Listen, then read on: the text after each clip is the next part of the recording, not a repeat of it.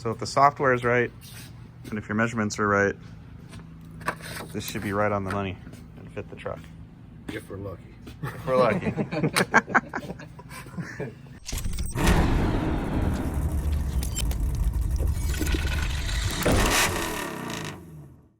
Thanks for hanging out. Stoked to be with you guys again. I'm even more stoked because we're working on my C10.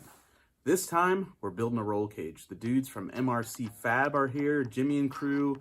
They brought their tube bender, a whole bunch of 1 3/4 tubing, and we are gonna make this truck a little stiffer and a little safer. But first, a little history. If you guys haven't seen all the other episodes, this is my 1967 Chevrolet C10 pickup. I built it way back in about, I'd say 2007, when I was the editor of Sport Truck magazine. In fact, this truck is a direct result of a bet I made with Mike Alexander, who used to be the editor of Mini Truckin' magazine. He bet me, and I bet him, that neither one of us would get our show trucks running in time to make the Forbidden Fantasy show at the Lake Paris Fairgrounds in California. And as it turns out, we busted our asses, and we did. And it was one of the only times I've actually driven my C10. My friends Mike Kim, Brian Busby, the entire staff of Sport Truck magazine, Galen Armenta, Kalen Head, I mean, everyone pitched in. And by the time the show came around, this C10 was airbagged, body dropped, had a tube chassis, independent rear suspension, an LS2 under the hood, and a 4L65 trans. It was cool.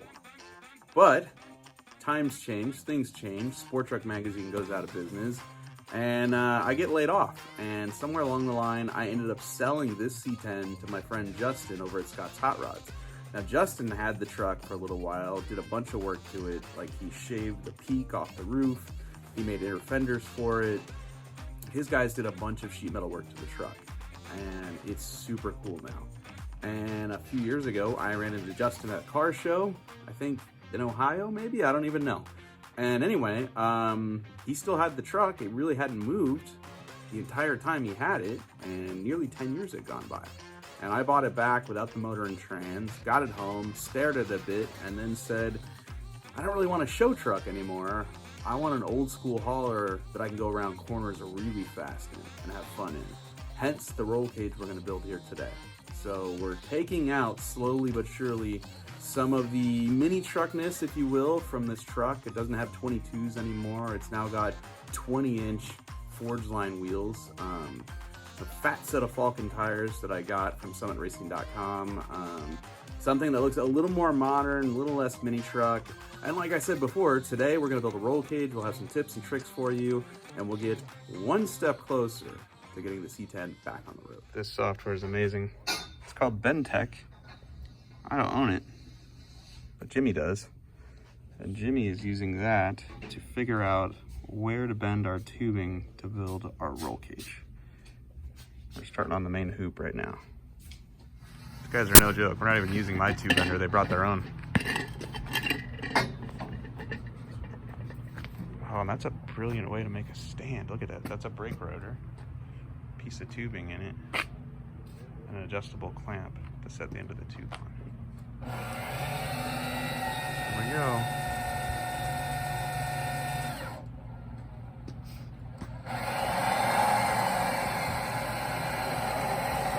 Well, I've got it set up. This is so right.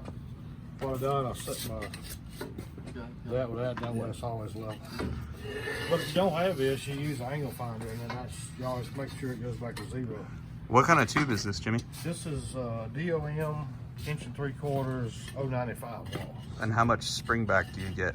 So say like you're trying to get 90 degrees, how past 90 do you go? This is getting about 2 degrees spring back. Okay. Is about what this is. Now we still got to be able to put the angle finder here, because see, we could be peaked up here. Yeah. So we got to make sure this is still at 0.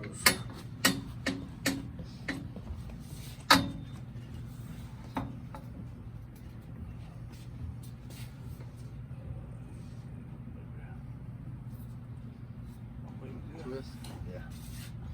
So now it's 81 degrees. Oh, do you program in the angle? Yeah. No And way. this is the old school. Like this bender's 20 years old. So Now everything's digital. You punch it in. I mean, this is just a little dial indicator. So I'm going to bend 81 degrees.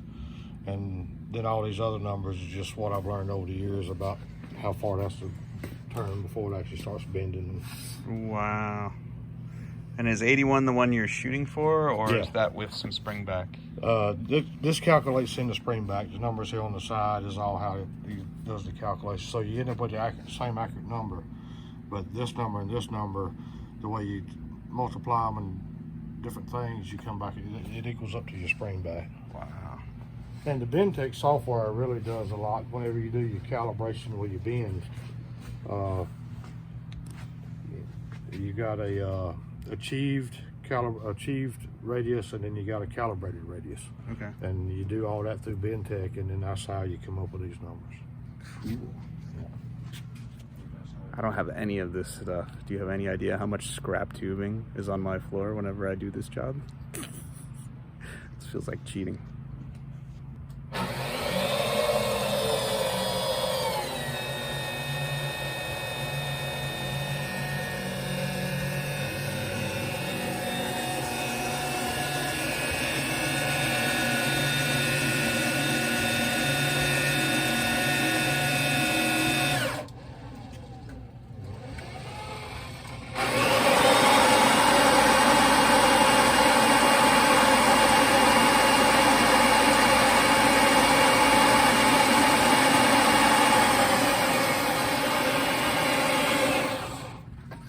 It looks so short. Yeah. Like it doesn't look tall at all. Not a lot of room in a C10 cab. Yeah, there's one side. So the digital angle finder will tell you whether you've twisted it inside of the tube bender.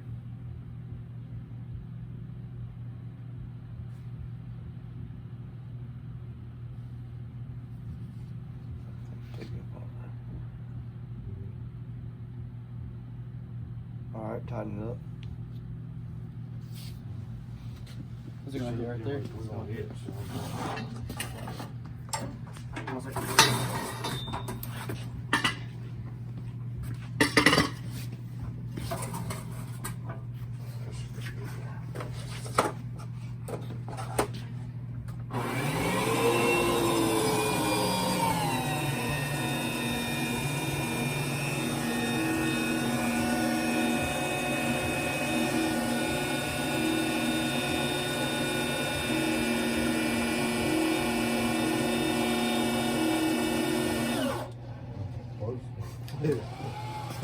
So it's better to be lucky than it is good.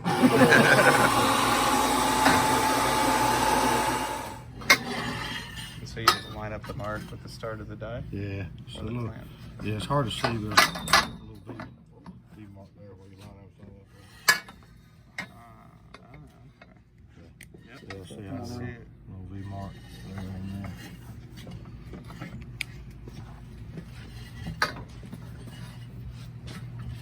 That ain't right yet.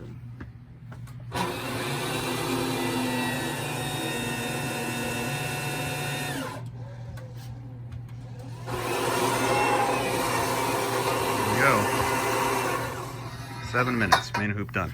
There it is. Dude, Little that was so fast. Will it fit? That is the question. might be a little tall. Yeah. See, once we get the angle cut, it's gonna be about right. That's gonna be about right. Once we get the angle cut on it. Yeah. Lucky day. Dude. Awesome. Yeah. But if that wasn't for the BendTech software, that would have probably took an hour and a half.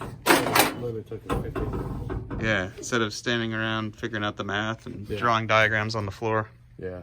I mean, which I've done. Or you Yeah. You guys just cut it with the death wheel or the bandsaw, or what do you do on that? This is Finnegan. We got to use the death wheel. All right. You got this. Wait, what are you now? 4.5.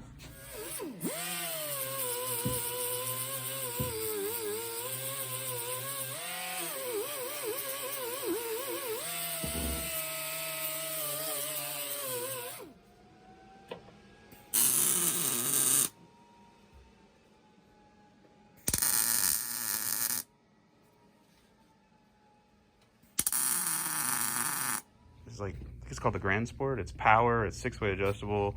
Wow. That one there just flat out doesn't fit. It's too thick. Uh-huh. So you can't recline it at all. Yeah. It has to be vertical for my long legs to fit in the cab. The one on the left is dope. It reclines and it's a thinner back, but it's really tight, like in the hip area. So on the street, it's not the most comfortable thing. The one in the middle, that might be the winner. Doesn't have nearly enough bolster in it to go around corners, but maybe that's what you drive around on the street and then you put that in when you go racing. I don't know. So the main hoop is in place. Got our TMI seat mocked up in here.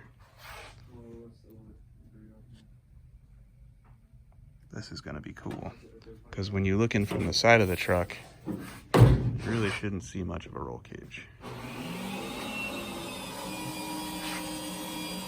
And there's all kinds of headroom, which is what I like when I'm driving around on the street in something with a roll bar. All right, so there's a halo bar. Let's see. And this is a nifty angle gauge by Mittler Brothers. Yeah, that's 15 degrees, and you're gonna have basically an 1.5 inch drop. Okay. So the thickness of your, or 1 3/4 inch drop. So the thickness of your tubing And go up. is the top of your tubing will be the bottom of your Bottom tubing of the tubing now. at the end of your deal. All right. So we'll kick the bottom down, kick the end of it down, and that'll raise the halo up. Yep. And get it to where we can do a full weld around the joining. Yep. Let's do it.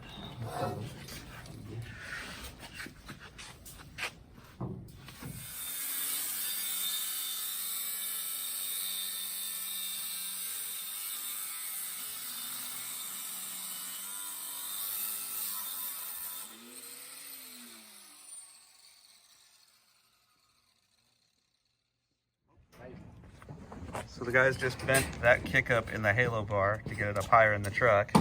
We have to do the other end of it, but to do the other end of it, gotta get the bender a little higher up off the ground. I've never seen this before. This is awesome. You gotta do what you gotta do. We need 4 inches. I ain't gonna try. I got one. All right, there we go.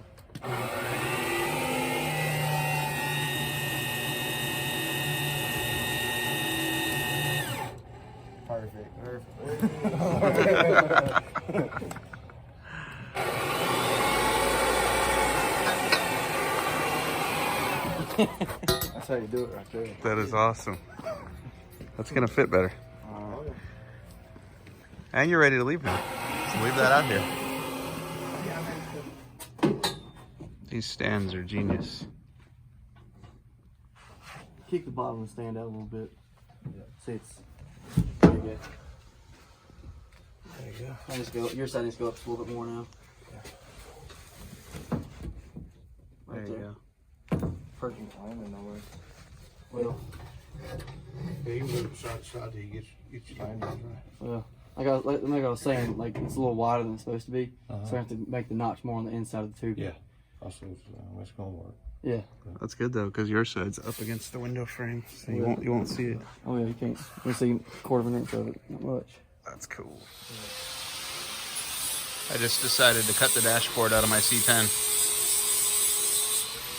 so that we can make the roll cage fit better. Don't worry, we'll make it so the dashboard can go back in. Can't believe I'm doing this.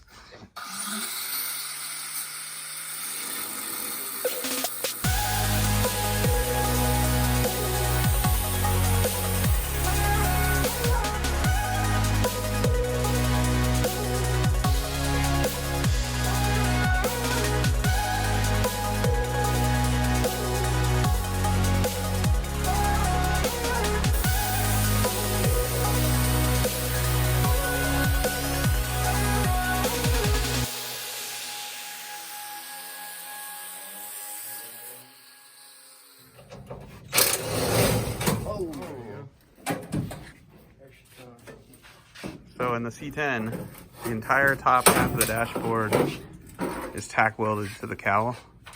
So we cut that. We unbolted the sides because for some reason those bolt into the truck, and now we have a quick release dash. Cable bar is tacked up. Now fitting the down bars. And because we took the dashboard out, we can move them really far forward, which will make getting in and out of the truck much easier. With the dash in there, we would have had to run the A-pillar tube this way and then straight down here in the floor, which means getting in and out of the truck would have sucked.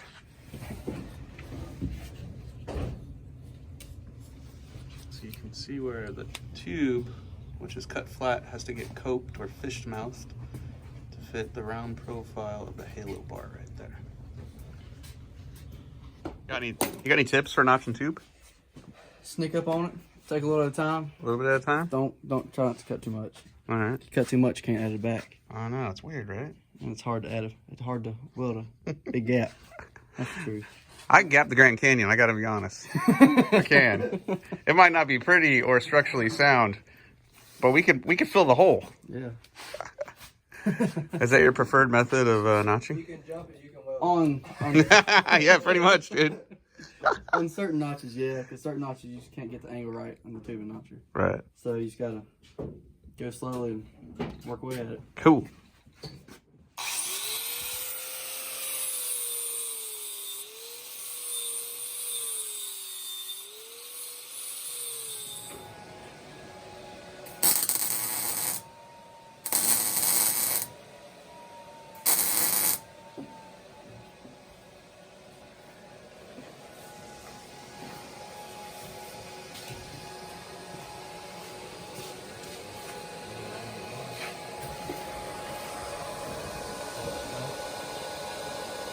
A lot of trust here.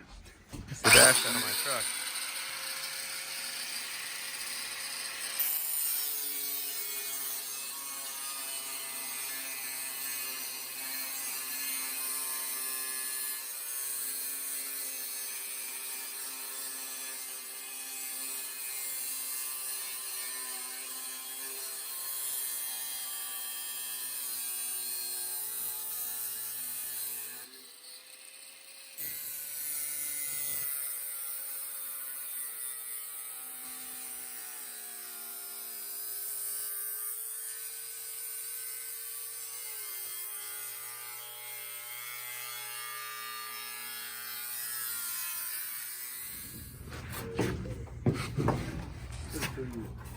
I already said problem.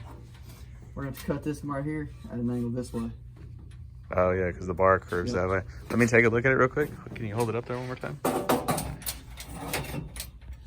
yeah, the quick release dash needs a little more trimming. Okay. Take two.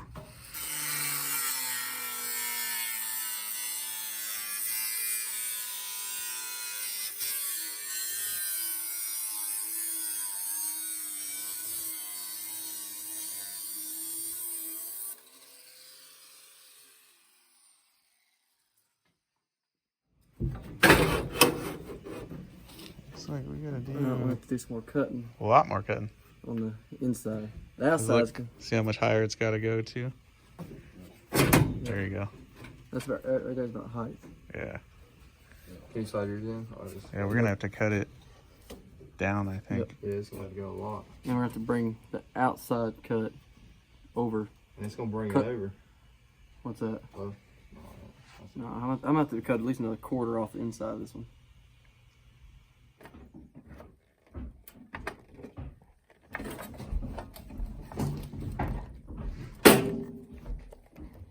This is exciting because the cab cage is coming right along. The main hoop, the halo, the down bars for the A-pillars, those are all tacked in place. Remarkably, the inner fenders that Scott's Hot Rods built back in the day seem like they're still gonna fit, even though we cut the front clip of the chassis off and changed the wheels to a much wider wheel up here. That looks like it's gonna work. What we're trying to figure out right now is, do we still have room for bars to stiffen the roll cage and the front frame rails?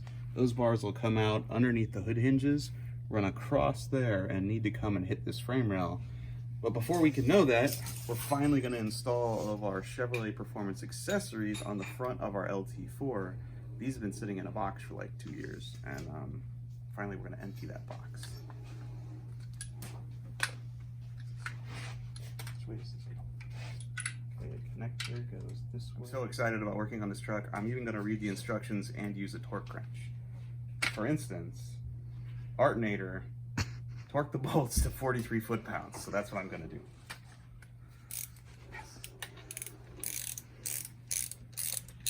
I might as well just get that tattoo, huh? Alternator. You're never gonna let me live that down. I'm not even making fun of it. I gotta be honest, I enjoy saying the word alternator now that you've said it and brought it to the lexicon. Yeah, I'm not making fun of you. I enjoy it. The world needs more words in the English language. You just invented one. Because some of these alternators are in fact alternators. They're that pretty. I wouldn't call this that, but there's some billet ones out there from like MechMan, Power Master. There's all kinds of really nice alternators out there. And why not call them alternators? Okay, I will torque it.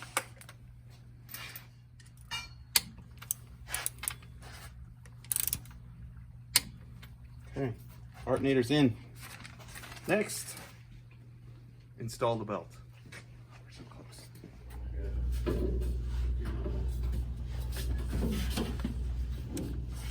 We'll come out in 45 and run it, and we'll try to go down through somewhere here, back down to the main frame rail. Okay, all right.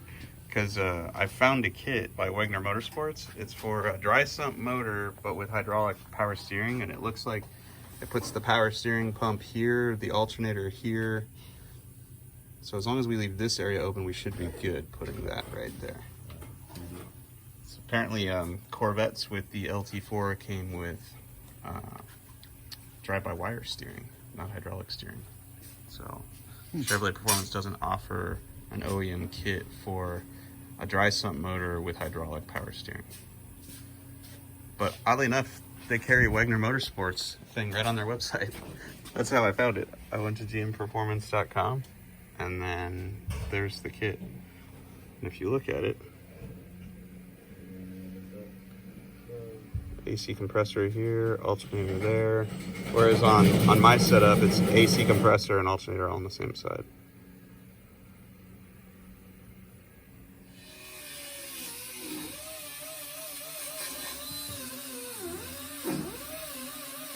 What are we doing?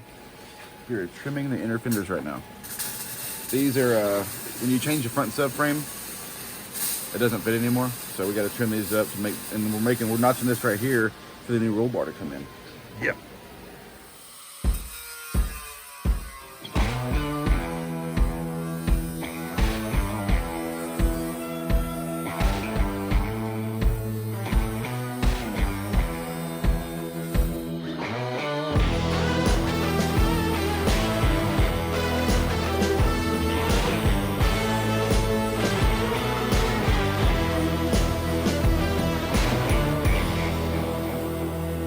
Alternator clear our inner fenders? That's the question. It's gonna be close.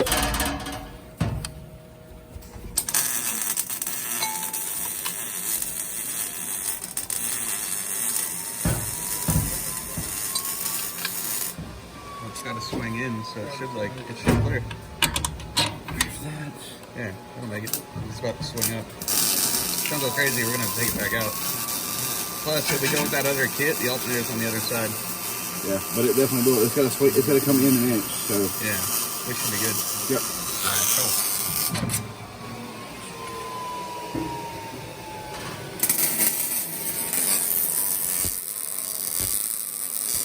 Well, we're out of time right now, but we got a lot done. You'll see there is a fish plate there and there. That's where our tubes will connect and go down to the frame rail. We actually ran out of materials, so that was the big thing. We couldn't build those today. And then here's a look at what we did get done. The dash is in the truck. It's bolted back into the sides. And this will at least give me something to stare at for a little while I decide whether or not I actually want to keep this dash. The rocker bars are in, main hoop, halo, that's all fully welded. There are no door bars yet. There is no harness bar behind it. And we haven't finalized what we're gonna do back here, where I wanna come out through the cab and into the bed area. So still more roll cage to build, but we got a ton of work done. And I'm really excited about the way the truck's coming out, and we will keep showing you videos of this build and the turbo boat this year on Finnegan's Garage. Thanks for hanging out.